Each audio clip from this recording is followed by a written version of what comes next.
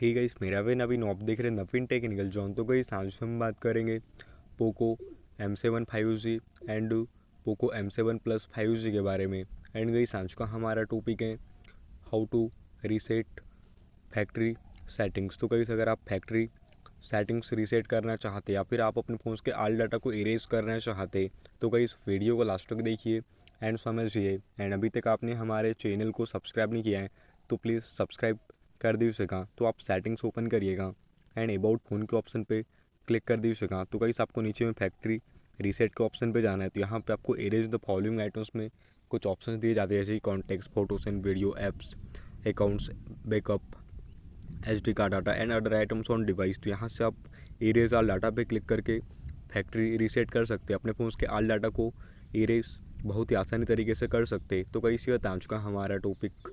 उम्मीद है गाइस आपको वीडियो पसंद होगी। आज के लिए बस इतना ही। Thank you.